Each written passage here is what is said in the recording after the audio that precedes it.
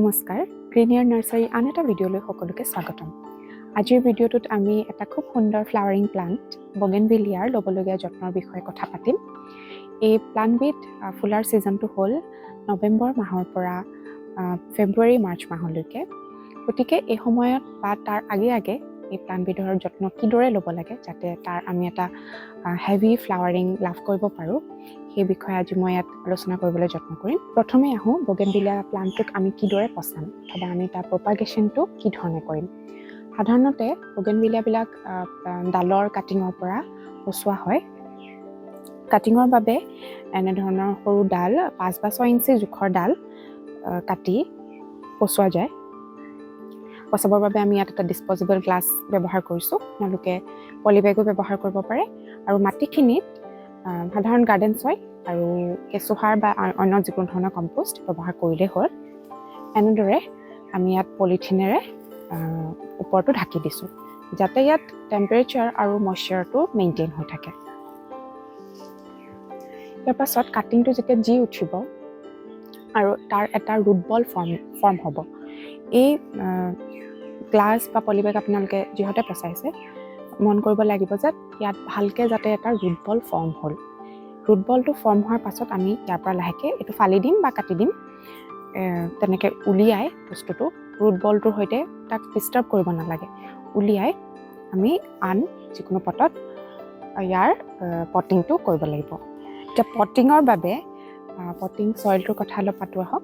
Potting চইলত 50% আপোনাৰ regular যিটো gardening চইল সেইটো ল'ব আৰু 30% ল'ব চেণ্ড অৰ পাৰ্লাইটো ল'ব পাৰে আৰু বাকী থাকিল 20% সেইটো হ'ব লাগিব মেনিয়ৰ, কাউডাং অথবা কেঁচুসাৰ ভাৰ্মি কম্পোষ্ট যিকোনো এবিধ ব্যৱহাৰ কৰিব পাৰে বা ঘৰতে প্ৰস্তুত কৰা আমাৰ অৰ্গেনিক কম্পোষ্ট সেইটো আপোনালোকে ব্যৱহাৰ কৰিব পাৰে।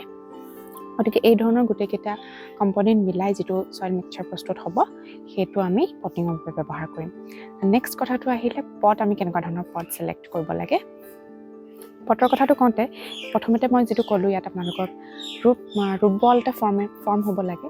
গতিকে সেই ৰুট বলটোৰ চাইজ অনুসৰি পটটো যাতে চাব যাতে বহুত বেছি ডাঙৰ পট এটাত আপোনালোকে পটককৈ সেইটো বস্তু ট্ৰান্সপ্লাণ্ট কৰি নিদিয়ে। গতিকে লাহে লাহেকৈ আমি পটৰ চাইজটো বঢ়াই যাম যেতিয়া গছজোপা ডাঙৰ হৈ আহি থাকিব।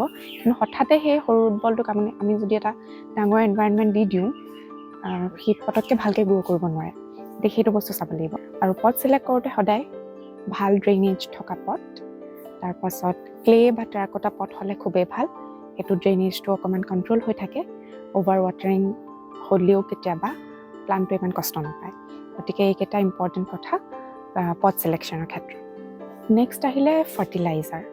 গ্ৰ'থৰ কাৰণে গছজোপাৰ গ্ৰ'থৰ কাৰণে আমি এটা ফাৰ্টিলাইজাৰ ইউজ কৰোঁ।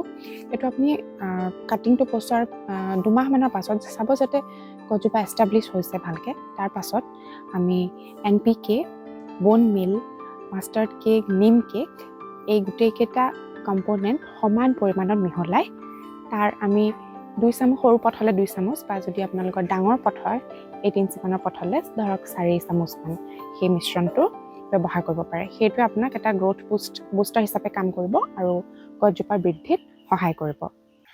এতিয়ালৈকে মই যিকেইটা পইণ্ট উল্লেখ কৰিলোঁ সেইকেইটা আপোনাৰ ইন জেনেৰেল গছজোপাৰ এষ্টাব্লিছমেণ্টত সহায় কৰিব। নেক্সট এতিয়া আমি আহিছোঁ গছজোপাৰ ফ্লাৱাৰিং কেনেদৰে বঢ়াব পাৰি। বহু লোকৰ এইটো কুৱেশ্যন থাকে আৰু আমাৰ নাৰ্চাৰীলৈ অহা বহু লোকে সুধি থাকে যে কেনেদৰে ফুলাইছে গছজোপা। মোৰ এজোপা প্লাণ্ট আছে একেবাৰেই ফুল নুফুলে আৰু পাতেৰে ভৰ্তি হৈ আছে। গতিকে এই প্ৰব্লেমটো আন বহুতৰ ক্ষেত্ৰতো দেখা যায়। গতিকে মই ক'ব বিচাৰিছোঁ আমি কি ধৰণৰ ষ্টেপছ ইয়াত ফ'ল' কৰোঁ গছজোপাৰ হেভি ফ্লাৱাৰিং আনিবৰ কাৰণে। প্ৰথম আৰু মষ্ট ইম্পৰ্টেণ্ট পইণ্টটো হ'ল গছজোপাক প্লেণ্টি অফ ছানলাইট প্ৰভাইড কৰিব লাগে। বগেনভিলিয়া প্লাণ্টে খুব ডাইৰেক্ট ছানলাইট বহু সময়ৰ বাবে পালে খুব ভাল পায়। গতিকে এইটো আমি মন কৰিব লাগিব যাতে আমি গছজোপাক 6 to 8 আৱাৰ্ছ অফ ডাইৰেক্ট ছানলাইটত ৰাখোঁ। আপোনাৰ বাগিচাৰ যিখিনি এৰিয়াত ধৰক 6 to 8 hours of sunlight direct sunlight পৰে সেইখিনি জেগাতে আপোনালোকে বগেনভিলিয়া প্লাণ্টবিলাক ৰাখিব। আৰু 2 নম্বৰ পইণ্টটো হৈছে প্ৰুনিং। বগেনভিলিয়া প্লাণ্টক ফুলিবৰ বাবে এটা সুন্দৰ প্ৰুনিঙৰ দৰকাৰ হয়। গতিকে প্ৰুনিংটো কেতিয়া কৰিব? প্ৰথম কথাটো হ'ল এটা কথা মই ক'বলৈ পাহৰিলোঁ যে পচোৱাৰ টাইমটো হৈছে আমি প্ৰপাগেশ্যনৰ টাইমটো হৈছে মাৰ্চ এপ্ৰিলত আপুনি পলিটো পচালে, কাটিংটো পচালে, তাৰপাছত গছজোপা ডাঙৰ হ'ব যেতিয়া, আৰু ছেপ্টেম্বৰ মাহলৈকে গছজোপা ধুনীয়াকৈ এষ্টাব্লিছ হৈ যাব। সেই ছেপ্টেম্বৰ মাহত আমি প্ৰুনিঙৰ কামটো কৰোঁ। প্ৰুনিঙে গছজোপাৰ ফ্লাৱাৰিং বৃদ্ধি কৰাৰ লগতে গছজোপাক এটা ধুনীয়া শ্বেপ দিয়াটো সহায় কৰে। চেডেলি পেডেলিকৈ যেতিয়া গছজোপাৰ ব্ৰাঞ্চিং হয়, দেখিবলৈ ভাল নালাগে, গতিকে সেই বস্তুটো কণ্ট্ৰল কৰিবলৈ আমি প্ৰুনিং কৰোঁ। থাৰ্ড ষ্টেপটো হৈছে ফাৰ্টিলাইজাৰ। ফ্লাৱাৰিং বুষ্টাৰটো এটা important step for heavy flowering in bougainvillea. আমি সেই ফ্লাৱাৰিং বুষ্টাৰটো কেনেদৰে প্ৰস্তুত কৰোঁ মই আপোনালোকক ক'বলৈ ওলাইছোঁ এতিয়া। মই গ্ৰ'থ বুষ্টাৰৰ কথা আপোনালোকক ক'লোঁ। তাত আমি যিকেইটা কম্পনেণ্ট ব্যৱহাৰ কৰিছিলোঁ, NPK, বোন মিল, মাষ্টাৰ্ড কেক, নিম কেক, গতিকে সেই গোটেইকেইটা কম্পনেণ্টৰ লগতে তাত আমি এড কৰিম পটাছিয়াম আৰু আপোনাৰ DAP। বগেনভিলিয়া ফ্লাৱাৰিঙৰ কাৰণে খুব পটাছিয়াম ৰিচ এটা মেনিয়ৰ প্ৰয়োজন হয়, গতিকে আমি পটাছ আৰু DAP সেই মিশ্ৰণটোৰ লগত এড কৰি আগতে কোৱা ধৰণেৰে তেনেধৰণে প্ৰয়োগ কৰিলে টাবত আপোনালোকে সুফল পাব, খুব সুন্দৰকৈ ফ্লাৱাৰিং হয়। আৰু অৰ্গেনিক ফাৰ্টিলাইজাৰ হিচাপত আপোনালোকে কলৰ বাকলি, বানানা পিল ফাৰ্টিলাইজাৰ যিটো আমি কওঁ, কলৰ শুকান বাকলি আপোনালোকে তাত দিব পাৰে, বা কল বাকলিত তিয়াই থৈ যিটো পানী হয়, পানী ওলায়, মানে পানীত তিয়াই থ'ব লাগে কলৰ বাকলিখিনি। সেই পানীখিনিও যদি মাজে সময়ে দি থাকে প্লাণ্টবিলাকত, সেইটোও পটাছিয়ামৰ প্ৰয়োজনটো পূৰা কৰে। আৰু নেক্সট পইণ্টটো হৈছে ইনডিউচিং ষ্ট্ৰেছ। আমি গছজোপাক এক ধৰণৰ ষ্ট্ৰেছফুল এনভাইৰনমেণ্ট ক্ৰিয়েট কৰি দিওঁ গছজোপাৰ বাবে। গতিকে এই ষ্ট্ৰেছফুল এনভাইৰনমেণ্টটো আপোনালোকে কেনেকৈ ক্ৰিয়েট কৰিব, সেইটো হ'ল ছিজন ধৰক ব্লুমিং ছিজনৰ ধৰক 2 বা 3 সপ্তাহমানৰ আগৰ পৰা তাৰ ৱাটাৰিং যিটো আমাৰ শ্বেডিউল থাকে, ৱাটাৰিংটো অকণমান কমাই দিব লাগে, ৰিডিউচ ৱাটাৰিং।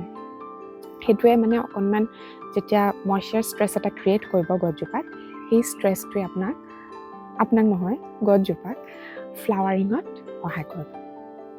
সিহঁতি যেতিয়া অকণমান শুকান এটা পৰিৱেশ পাব, সেইটো মানে খুব সুন্দৰ এটা ফ্লাৱাৰিং হয়।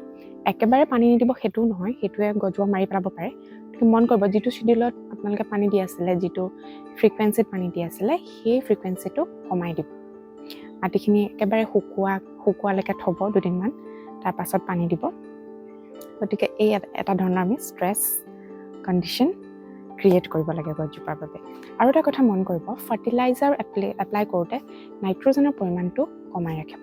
নাইট্ৰজেন যদি আমি বেছি দি থাকোঁ, তাৰ ভেজিটেটিভ গ্ৰোথটো বেছি হয়, যিটোৰ ফলত আপোনালোকে গোটেই গছজোপাতে অকল পাতহে দেখিব, পাতৰ বাহিৰত আপুনি ফুলা নেদেখে।